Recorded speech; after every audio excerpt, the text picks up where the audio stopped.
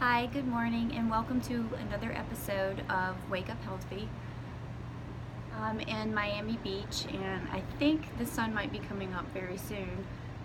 It's 6:20, but it's a little bit gloomy, so I'm not really sure if it is already up and we just can't see it, but hopefully, fingers crossed, you'll be able to see it.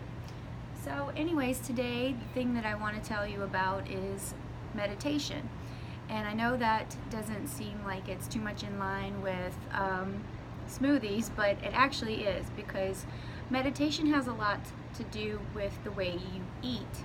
And the correlation that is between meditation and food is that there's something in the middle between the two called stress.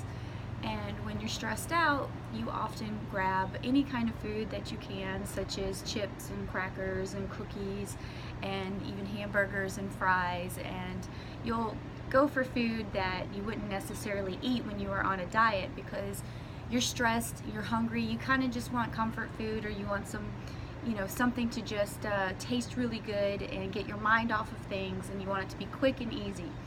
But when you're trying to slim down and you're trying to lose weight, you really can't go for food like that anymore. So one of the things you have to do is reduce your stress so that you don't have the urges to eat that kind of food anymore. So one of the ways to reduce stress is to meditate. Now, a lot of people have theories on how they meditate. So it could be that you listen to music and that's how you release the thoughts that are on your mind, or it could be that you have some kind of mantra that you say, or you could go with the power of now, where you try to be very present and think about not think about the future, not think about the past, but only think about what's in front of you. So you might think about how your body feels, or you might think about how your day is going so far, but just in a good way. And you try to just be comfortable in that moment. So I usually a combination of things, but most importantly, the thing that I do is I listen to the thoughts that come into my mind. And if those thoughts are negative thoughts, then I try to put a positive spin on everything. I try to question those negative thoughts and see if they make sense in my mind, if they are really problems, or if there's something, or if they're just things that my brain is making into a problem that really isn't a problem.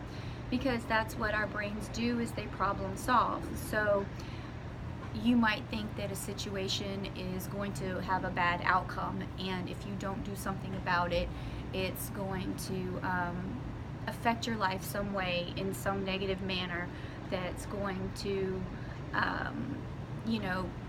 lead you in the wrong direction.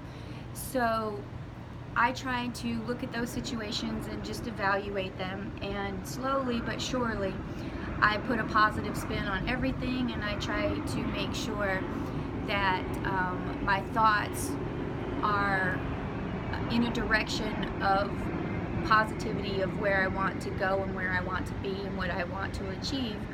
And those positive thoughts also come along with things like saying to myself that I'm capable, not to doubt myself, and just keep going forward.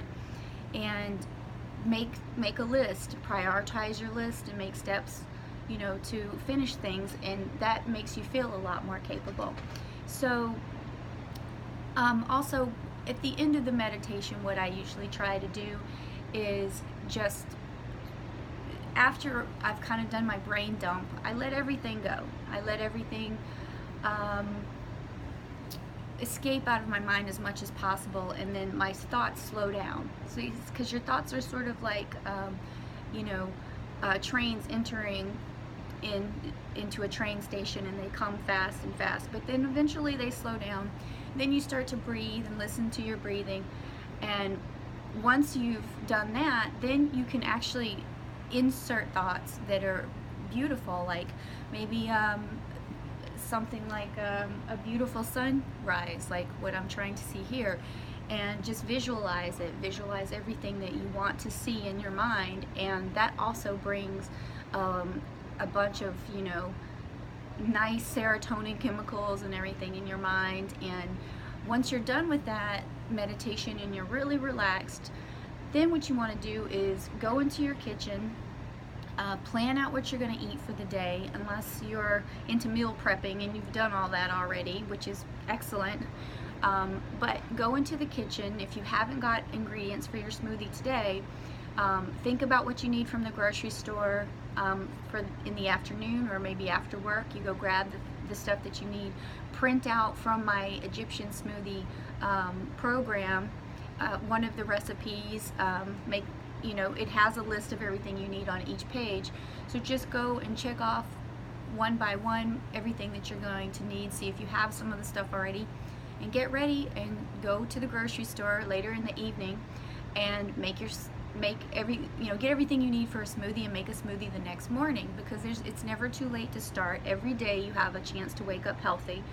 And you know, before and after you have your smoothie, you could do a little bit of meditating, and that way everything that comes at you that day that may seem like it's going to derail you, it won't be as bad, because you have already inserted all those positive thoughts into your mind, and they kind of are like shields for the day of what you're going to say to yourself when something unpleasant pops up.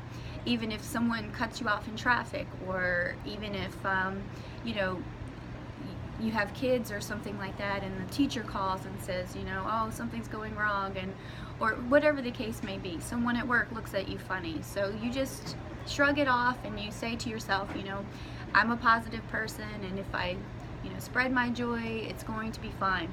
So once you do that, instead of all of those situations causing you to grab something that you don't want to eat, like say you're stressed out and things aren't going well, you pass by Starbucks and bam, you've got a cheese Danish in your hand all of a sudden, and you're like, oh my god, how did that get there?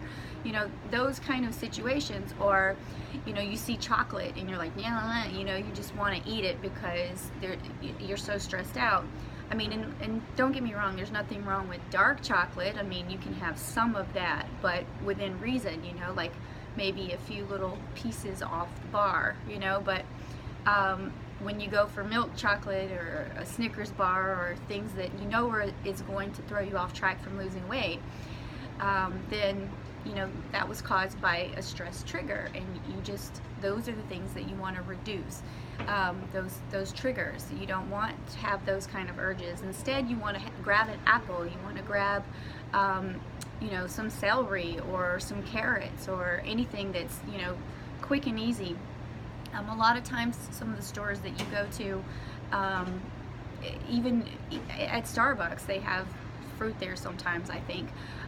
In other stores, you can quickly grab just a snack that has a little bit of sugar in it. It's going to give you a little bit of energy, but it won't derail your diet.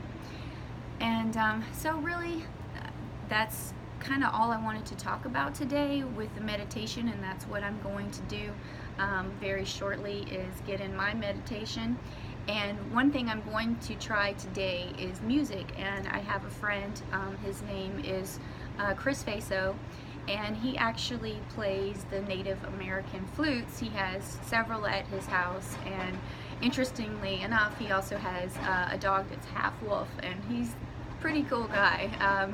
He's into stones and energy and stuff like that, so he's a fascinating person, and his music is incredible.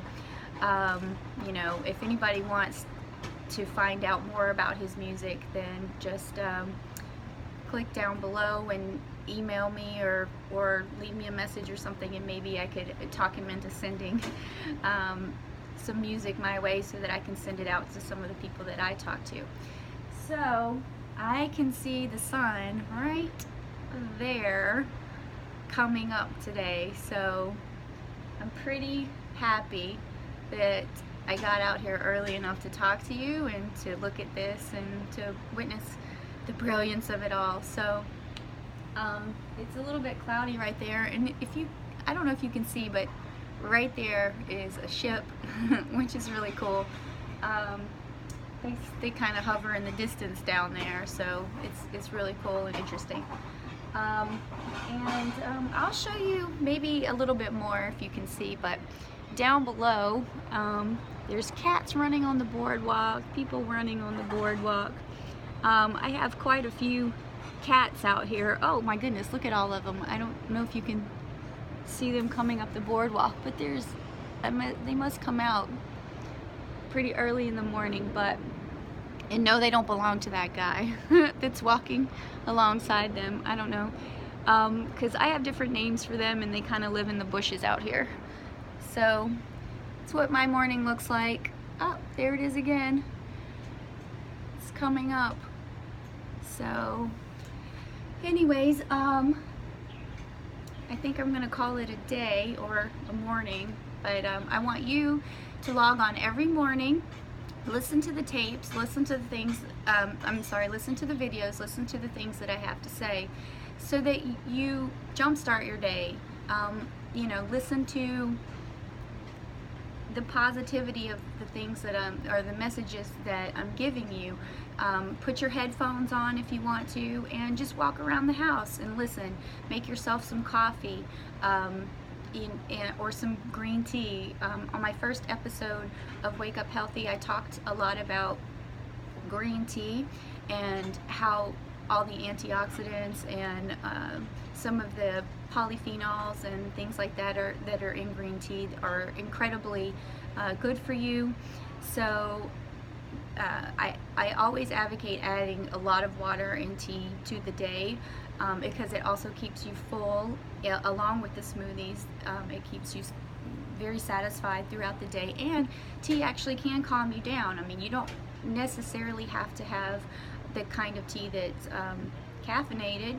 You could have some tea like chamomile tea, or some of the fruit berry teas are really excellent, and they also keep your appetite down during the day. It's a great way to keep from having snacks as well. So anyways, I kind of filibustered a little bit in there, but I think you get the point, and now the sun is really up. So I'm going to say goodbye for today, and we'll talk about some more stuff on my next episode of Wake Up Early, or Wake Up Healthy. Just Wake Up Healthy. Okay, thanks, bye.